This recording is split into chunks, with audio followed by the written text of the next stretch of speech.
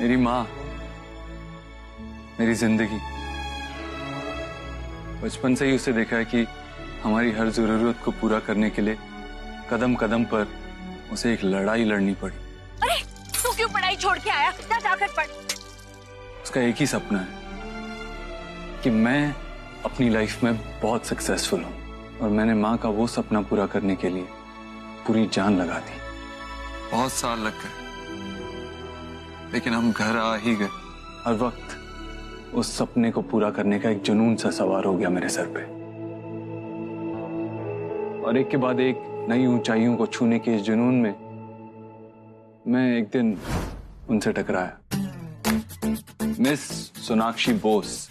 किसे पता था कि जिससे पहली मुलाकात में मैं इतना चिढ़ गया था। हेलो, आप देख के नहीं चल सकते?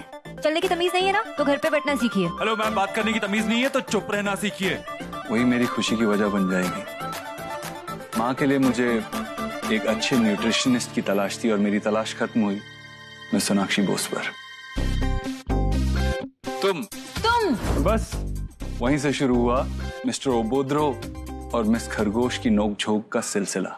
मैं जितना उससे दूर जाना चाहता था, उतना ही उसके पास खिंचा चला आता था।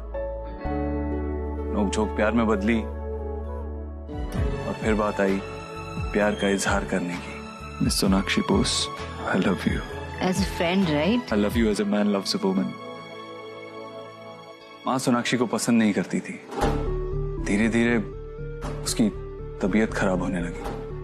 बात इतनी बिगड़ गई कि माँ को हॉस्पिटलाइज करना पड़ा, और फिर सोनाक्षी और मैं अलग हो गए। माँ कभी भी खुश नहीं थी हमारे रिश्ते को लेके। जाओ सोनाक्षी, हमें अलग हो जाना चाहिए।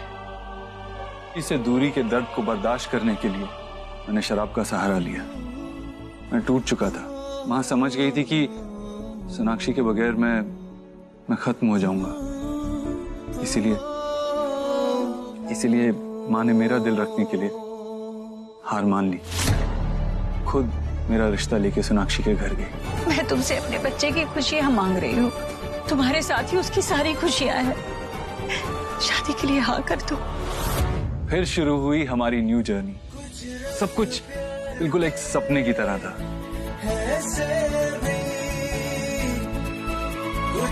शादी के बाद कुछ वक्त तक सब कुछ ठीक था, एकदम परफेक्ट।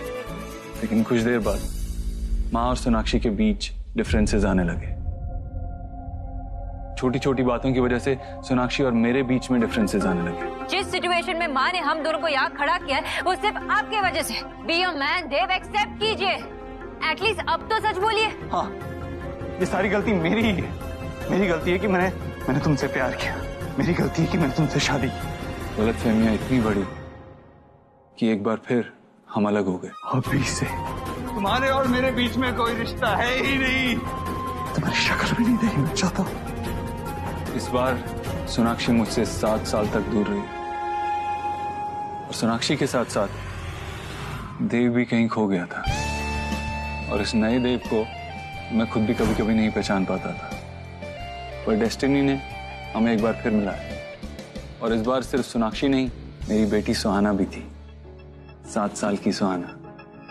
सोनाक्षी और मैंने डिसाइड किया कि हम अपने डिफरेंसेस को साइड पे रखकर साथ जिएंगे सुहाना के लिए। और फिर हमारी लाइफ में शुभ आया।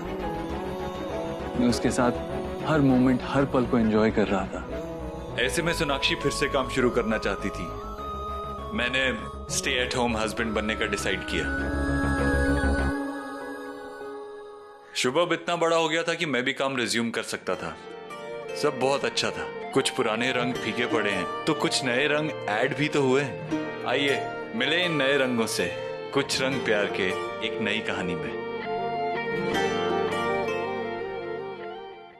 कुछ रंग प्यार के ऐसे ही 12 जुलाई से रात 8:30 बजे सोनी पर।